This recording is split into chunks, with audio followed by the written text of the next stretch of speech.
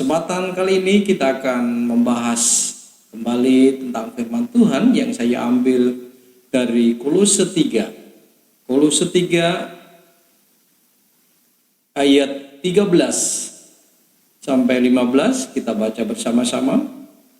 Sabarlah kamu seorang terhadap yang lain dan ampunilah seorang akan yang lain apabila yang seorang menaruh dendam terhadap yang lain, sama seperti Tuhan telah mengampuni kamu, kamu perbuat jugalah demikian. Dan di atas semuanya itu kenakanlah kasih sebagai pengikat yang mempersatukan dan menyempurnakan. Hendaklah damai sejahtera Kristus memerintah dalam hatimu, karena untuk itulah kamu telah dipanggil menjadi satu tubuh, dan bersyukurlah.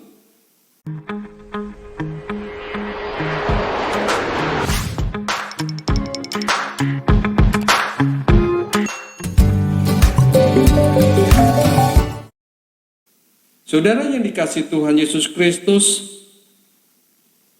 dalam hal ini kita diajarkan oleh firman Tuhan berbicara tentang pengampunan kepada seseorang. Baik itu di tengah-tengah keluarga kita maupun dengan orang-orang yang ada di sekitar kita. Pengampunan merupakan hal yang sangat penting di dalam kehidupan kita, karena kita telah diampuni oleh Bapa di surga melalui kuasa darah anak domba, yaitu dengan kematian dan kebangkitan Yesus Kristus. Meterai darah anak domba telah diberikan kepada kita supaya hidup kita memiliki hubungan kembali dengan Bapa di surga. Bagaimana caranya? Caranya adalah kita dibasuh dengan kuasa darah Tuhan. Dengan pembasuhan kuasa darah Tuhan itu kita kembali diperdamaikan dengan Allah, dengan Bapa kita di surga, sehingga kita memiliki hubungan yang harmonis kembali dengan Bapa di surga. Saudaraku, bagaimanakah hubungan kita dengan sesama kita tak kala kita ada di hidup di bumi ini? Seringkali kita mengalami kesulitan, seringkali kita mengalami tantangan, permasalahan, dan berbagai-bagai hal yang membuat kita menjadi bimbang, menjadi gusar. Sehingga kita mudah sekali mengalami emosi. Kita mudah sekali mengalami ketersinggungan. Nah, hal ini seringkali membuat hati kita terluka. Hati kita menjadi pahit. Hati kita merasa benci kepada orang lain. Tetapi firman Tuhan pada saat ini mengajarkan kepada kita, ampunilah seorang dengan yang lain. Sebab itu telah diperbuat oleh Tuhan di dalam hidup kita. Dengan kematian Yesus di atas kayu salib memperdamaikan kita dengan Allah. Pengampunan membebaskan kita, memulihkan kita kembali, memiliki hubungan dengan seseorang. Memiliki hubungan kembali dengan orang lain dengan baik. Dan ini artinya kita dibebaskan dari cengkeraman dosa. Nah, apakah kita juga telah melakukannya? Banyak perselisihan yang terjadi di dalam kehidupan kita yang menghasilkan luka batin, yang menjadikan sakit hati, yang menjadikan dendam. Pada prinsipnya, firman Tuhan mengajarkan kasih adalah di atas segala sesuatunya. Ketika kita belajar mengenai kasih di dalam Yesus Kristus, tentunya bukan teori saja, kita harus mempraktekkan kasih tersebut. Kasih tidak menyimpan kesalahan orang lain.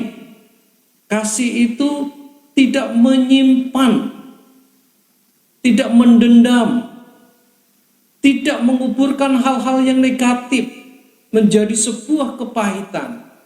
Tetapi kasih itu selalu memberikan yang terbaik, memberikan jalan keluar sehingga terjadi pemulihan. Pengampunan itu adalah sebuah aksi di mana kita melepaskan sesuatu dari hati kita yang paling dalam untuk mengadakan pendamaian dengan orang lain. Bapa di surga dulu mengambil sebuah keputusan dengan sepenuh hati supaya putra tunggalnya, yaitu Yesus Kristus, turun ke dalam dunia ini memberikan kelepasan.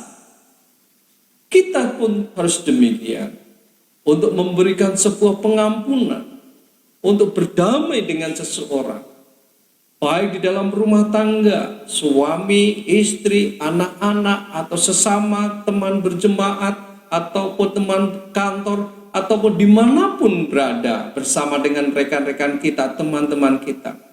Ketika ada sesuatu yang salah, kita harus berani mengambil sebuah komitmen untuk melepaskan yang namanya pengampunan.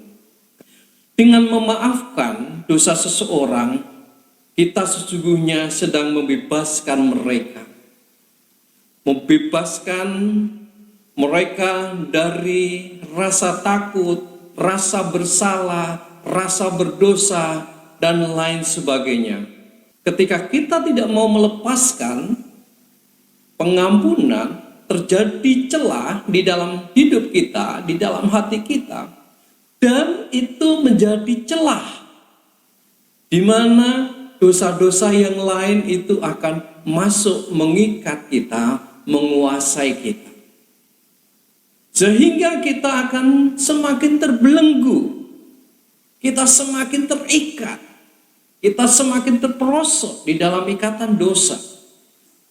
Sebuah contoh, ketika seseorang sakit hati, mungkin karena dipermalukan, mungkin karena dirugikan, dan dia tidak mau menerima, dia tidak mau melepaskan pengampunan, itu menjadi akar pahit di dalam hatinya dan berkembang, terus berkembang. Sehingga pikirannya diracuni dengan hal-hal yang negatif. Dia mengambil keputusan, lebih baik orang itu tak bunuh saja. Dan pada kenyataannya keputusan terjadi dan terjadilah pembunuhan. Ketika dosa mengikat kita, maka berkat-berkat itu tidak turun atas kita. Rumah tangga bisa berantakan, hubungan istri, hubungan suami bisa hancur, hubungan dengan anak-anak bisa hancur.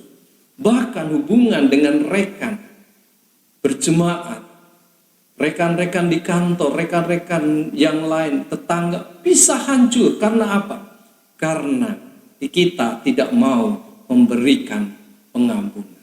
Kita menyimpan akar pahit dan menjadi milik kita selamanya. Ingat, kasih Bapa di surga telah turun atas kita, membereskan setiap kesalahan kita, membereskan dosa-dosa kita, kita dimerdekakan. Jangan mau terikat dengan dosa-dosa seperti itu, saudara. Di dalam firman Tuhan dikatakan, kenakanlah kasih. Kasih itulah yang mendorong kita. Kasih Bapa di dalam Yesus Kristus mengasihi kita, dan sekarang ganti kita mengasihi orang lain dengan memberikan pengampunan. Ketika kita mengampuni, saudara, jangan kita mengampuni dengan kekuatan kita, tapi kita harus mengampuni orang lain dengan pertolongan Tuhan kita Yesus Kristus lewat kuasa Roh Kudus-Nya yang akan mendorong kita dengan tulus, dengan sungguh-sungguh, dengan sepenuh hati, sehingga proses pengampunan, pelepasan itu bisa terjadi. Damai sejahtera Kristus memerintah dalam hati. Ketika kita memberikan kelepasan dosa, kita memberikan pendamaian, kita memberikan pengampunan kepada orang lain, kita akan memperoleh yang namanya damai sejahtera Allah, menguasai hidup kita, turun menyertai kita, dan kita akan merasakan sukacita. Apa yang dilakukan Bapa di dalam Yesus Kristus dan Yesus Kristus lakukan di dalam hidup kita, marilah kita melakukan kepada sesama kita supaya Kristus dimuliakan, Bapa dimuliakan. Ambil langkah yang positif ketika kita menemukan orang-orang yang melukai kita. Mungkin suamimu, mungkin istrimu, mungkin anak-anakmu, mungkin teman-temanmu, mungkin keluargamu yang lain, membuat sakit hati, membuat kesalahan. Satu hal ingat, ayo kita belajar dengan Roh Kudus di dalam hidup kita dan kita melepaskan pengampunan, supaya damai sejahtera Allah ada di dalam hidup kita.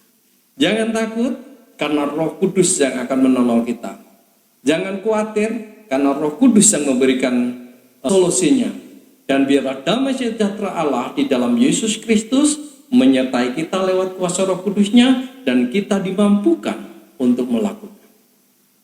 Damai sejahtera menyertai kita senantiasa.